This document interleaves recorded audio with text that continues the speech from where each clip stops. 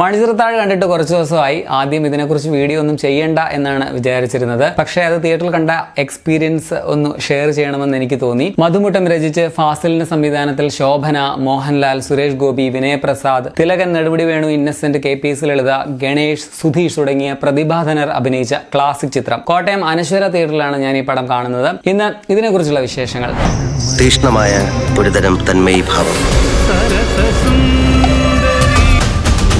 കുട്ടിയായിരിക്കുമ്പോൾ തന്നെ മണിച്ചിത്രത്താഴ് തിയേറ്ററിൽ കാണാൻ ഭാഗ്യം ലഭിച്ചിട്ടുള്ള ഒരു വ്യക്തിയാണ് ഞാൻ കേട്ടോ. അപ്പോൾ കറുകച്ചാൽ ഷാൻ തിയേറ്ററിലാണ് ഞാൻ പടം കണ്ടത്. എൻ്റെ നാട് കറുകച്ചാലാണ്. പക്ഷേ ഞങ്ങളുടെ നാട്ടിലെ തിയേറ്റർ B അല്ലെങ്കിൽ C സെൻറ്റർ ആയതുകൊണ്ട് പടം റിലീസായിട്ട് ഒരു 2 മാസം 3 മാസമൊക്കെ കഴിഞ്ഞിട്ട് അവിടെ വരാറുള്ളൂ. പടം ഇറങ്ങിയത് 93 ഡിസംബർ 25-നാണ്. സോ മിക്കവാറും 94 ഫെബ്രുവരി മാർച്ച് മാസങ്ങളിൽ എപ്പോഴെങ്കിലും ആയിരിക്കും ഞാൻ കണ്ടിട്ടുണ്ടാവുക. ആ സമയത്ത് സിനിമ ഭയങ്കര പോപ്പുലർ ആയിരുന്നു. അതുപോലെ തന്നെ ഓൾറെഡി കുറെ പിള്ളേരൊക്കെ സ്കൂളിൽ തിയേറ്ററിൽ പോയി പടം കണ്ടിട്ട് ക്ലാസ്സിൽ വന്നിരുന്ന കഥയും സീൻസും ഒക്കെ പറയുന്നതൊക്കെ കേട്ട് പടം കഥ ഏകദേശമൊക്കെ അറിയാം. എന്നിട്ടും കാണാനുള്ള ആ ഒരു എക്സൈറ്റ്മെന്റ് ബാക്കിയായിരുന്നു. കാരണം ഈ സിനിമാ പ്രാന്ത് എന്നുള്ളത് തീരെ കുട്ടിയായിരിക്കും മുതലേ ഉണ്ട്. സോ അങ്ങനെ വെയിറ്റ് ചെയ്താണ് പടം തിയേറ്ററിൽ പോയി കണ്ടത്. പക്ഷേ അതിന്റെ വലിയ അനുഭവമൊന്നും പറയാനുള്ള ഓർമ്മയൊന്നും ഇല്ല.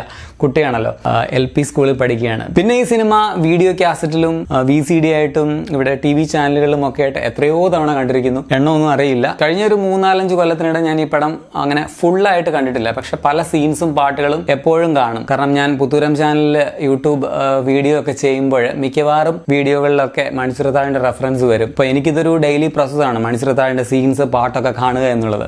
മുതിർന്നിട്ട് തിയേറ്ററിൽ പോയി വലിയ സ്ക്രീനിൽ ഒന്ന് കാണുക എന്നുള്ളത് വലിയൊരു ആഗ്രഹം തന്നെയായിരുന്നു. ആ ഒരു ആഗ്രഹം കൊണ്ടാണ് പടം തിയേറ്ററിൽ പോയി കണ്ടത്. പടം തുടങ്ങുമ്പോൾ തന്നെ ഈ സിനിമയിൽ അഭിനയിച്ച് പ്രവർത്തിച്ച് ഇപ്പോൾ ഈ ഭൂമിയിൽ ഇല്ലാത്ത നെടുമുടി വേണു ചേട്ടൻ, അതുപോലെ ഇന്നസെന്റ് ചേട്ടൻ, KPS ലളിത ചേച്ചി, തിലകൻ ചേട്ടൻ ഉൾപ്പെടെയുള്ള വിവിധ താരങ്ങളുടെയും ടെക്നീഷ്യൻസിന്റെയും ഒക്കെ പേര് കാണിച്ചു. ഡബ്ബിംഗ് ആർട്ടിസ്റ്റുമാരായിട്ടുള്ള ആനന്ദവല്ലിയമ്മ, അമ്പിളി, അങ്ങനെ. അതുപോലെ ടൈറ്റിലൊക്കെ ഫുള്ള് മാറ്റിയിട്ടുണ്ടായിരുന്നു. ടൈറ്റിൽ ഗ്രാഫിക്സ് ഒക്കെ പുതിയത് കൊടുത്തിട്ടുണ്ട്. തിയേറ്ററിൽ പടം ഇങ്ങനെ തുടങ്ങി ഓരോ ഡയലോഗ്സും കാണുന്ന ആൾക്കാർ ഇങ്ങനെ റിപ്പീറ്റ് പറഞ്ഞുകൊണ്ടേ ഇരിക്കുകയാണ്. റിപ്പീറ്റ് അല്ല, ഡയലോഗ് വരുന്നതിന് തൊട്ട് മുമ്പ് തന്നെ ആൾക്കാർ പറഞ്ഞുകൊണ്ടിരിക്കുകയാണ്. മലയാളികൾക്ക് ഇതിലെ ഓരോ ഡയലോഗും കാണാപ്പാടമാണ് എന്നുള്ളതിന്റെ ഒരു കാര്യമാണ് ഞാൻ പറയുന്നത്. ഒരു പുള്ളിക്കാരനാണെങ്കിൽ ഡയലോഗുകൾ പറയുന്നു, അതിനോടൊപ്പം തന്നെ കമന്റ് അടിക്കുന്നു, ബഹളം വെക്കുന്നു. ലാസ്റ്റ് ഞാൻ പുള്ളിയോട് ബ്രോ ഒന്നും മിണ്ടാണ്ടിരിക്കാവോ, പടം കണ്ടോട്ടെ എന്ന് പറയേണ്ടി വന്നു. പുള്ളിയെ കുറ്റം പറഞ്ഞിട്ട് കാര്യമൊന്നുമില്ല.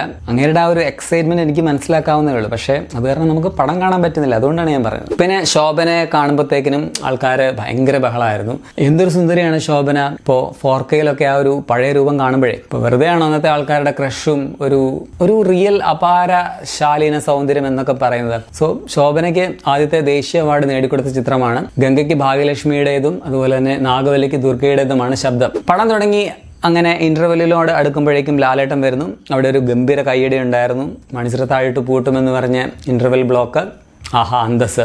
ഈ സിനിമയെ കുറിച്ച് പറയുമ്പോൾ ജോൺസൺ മാഷിന്റെ ഗംഭീര, നമുക്കൊരിക്കലും മറക്കാൻ പറ്റാത്ത ആ ഒരു പശ്ചാത്തല സംഗീതം, നമ്മളെ പേടിപ്പിക്കുന്ന, ജസ്റ്റ് ഒരു വീണയുടെ സൗണ്ട് കൊണ്ട് മാത്രം നമ്മളെ പേടിപ്പിക്കുന്ന ആ ഒരു പശ്ചാത്തല സംഗീതം. അതുപോലെ തന്നെ ബിച്ചു തിരുമല, MG രാധാകൃഷ്ണൻ സർ ടീമിന്റെ ഗാനങ്ങളും എടുത്തു പറയേണ്ടതുണ്ട്. ഇതിലെ ഓരോ പാട്ടും ഇങ്ങനെ ബിഗ് സ്ക്രീനിൽ കണ്ടപ്പോൾ ഭയങ്കര സന്തോഷമായിരുന്നു. ഇപ്പോൾ ആദ്യം ടൈറ്റിലിൽ അക്കുത്തിക്കുത്താന കൊമ്പില് എന്ന പാട്ട്, എനിക്കറിയായിരുന്നു ഇതിന്റെ ടൈറ്റിൽ ഗ്രാഫിക്സ് മാറ്റുമെന്ന്. പക്ഷെ ഞാൻ പ്രതീക്ഷിച്ചു ഈ പാട്ടിന്റെ ഓരോ ക്യാരക്ടേഴ്സിന്റെയും ഒരു കാരിക്കേച്ചർ ഒക്കെ പോലെ ഫോട്ടോസ് ഒക്കെ കൂടി ആനിമേറ്റ് ചെയ്ത് അങ്ങനെ ഈ പാട്ട് ടൈറ്റിൽ കാണിക്കുമെന്ന്. പക്ഷെ അങ്ങനെ കാണിച്ചില്ല. അങ്ങനെയായിരുന്നെങ്കിൽ പൊളിയായിരുന്നേനെ. പിന്നെ ശോഭന വന്നു കഴിഞ്ഞിട്ട് വരുവാനില്ലാരുമി എന്ന പാട്ട് വരുന്നു. പിന്നെ ലാലേട്ടൻ വന്നു കഴിഞ്ഞ് സുജാതയുടെ ശബ്ദത്തിൽ ഒരു മുറൈ വന്ന് പാറായോ, പിന്നെ യേശുദാസ് പാടിയ പലവട്ടം പൂക്കാലം, പിന്നെ പഴന്തമിഴ് പാട്ടിഴയും, അവസാനം ഒരു മുറൈ വന്ന് പാർത്തായ. പാട്ടെല്ലാം അങ്ങനെ ബിഗ് സ്ക്രീനിൽ ഒന്ന് കണ്ടപ്പോൾ തന്നെ മനസ്സിന് ഭയങ്കര സന്തോഷം. വേണു, ആനന്ദക്കുട്ടൻ, സണ്ണി ജോസഫ് എന്നിവരുടേതാണ് പടത്തിന്റെ ക്യാമറ. ഇപ്പോഴും പടത്തിന്റെ ക്ലാരിറ്റിയെ കുറിച്ച് സംസാരിക്കുമ്പോൾ ഛായാഗ്രഹണമാണ് അതിന്റെ കാരണമെന്ന് പറയാതെ വയ്യ. എങ്കിലും ഇത് ഫുൾ സ്ക്രീൻ ആയിരുന്നെങ്കിൽ എന്ന് ഞാൻ ആഗ്രഹിച്ചു പോയി. ഈ ഒരു നടുക്ക് മാത്രം വീഡിയോയും ബാക്കി 2 സൈഡിലും ബ്ലാക്ക്, ആ ഒരു അസ്പെക്ട് റേഷ്യോ ആസ്വാദനത്തെ ചെറുതായിട്ടല്ല ബാധിക്കുന്നത്. സൗണ്ട് ഇഫക്ട്സ് എക്സ്ട്രാ കുറച്ച് ചേർത്തിട്ടുണ്ട്. അതുപോലെ ഡോൾബി അറ്റ്മോസിൽ വന്നപ്പോഴത്തേക്കിനും അത് ഭയങ്കര ഒരു ഗംഭീര അനുഭവം തന്നെയായിരുന്നു. ചിലത് ഭയങ്കര രസമായിരുന്നു. സെയിം ടൈം അത് ചിലയിടത്ത് ബോറായിട്ട് എനിക്ക് തോന്നി. എസ്പെഷ്യലി ഒരു മുറൈ വന്ന് പാർത്തായ സോങ്ങില് സൗണ്ടിൽ ചില എക്സ്ട്രാ എഫക്റ്റ് ഒക്കെ ചേർത്ത് പല ചാനലായിട്ട് മാറ്റിയപ്പോൾ സോങ് പാടുന്നതൊക്കെ തീരെ താണു പോയതുപോലെ തോന്നി. അവിടെ അത്ര ഒരു സുഖമില്ലായിരുന്നു ആ പാട്ടിന് എന്നെനിക്ക് ഫീൽ ചെയ്തു. കുഴപ്പമില്ല, പുതിയ തലമുറയിലെ ആൾക്കാർക്ക് കുറച്ചുകൂടി ഒരു സ്റ്റൈലിഷ്, ഒരു ക്ലാരിറ്റി ഉള്ള ഒരു ഫീൽ വരും. ഈ പടം കാണുമ്പോൾ ഓർക്കുകയായിരുന്നു, ഇത് ഗംഗയുടെ മണിച്ചിത്രത്താഴാണ് മെയിൻലി, അല്ലെങ്കിൽ നകുലൻ്റെയോ അല്ലെങ്കിൽ സണ്ണിയുടെ കഥയൊക്കെ ആയിട്ടാണ് നമ്മളെല്ലാവരും പറയുക. പക്ഷേ എനിക്ക് പേഴ്സണലി തോന്നിയ ഒരു കാര്യം,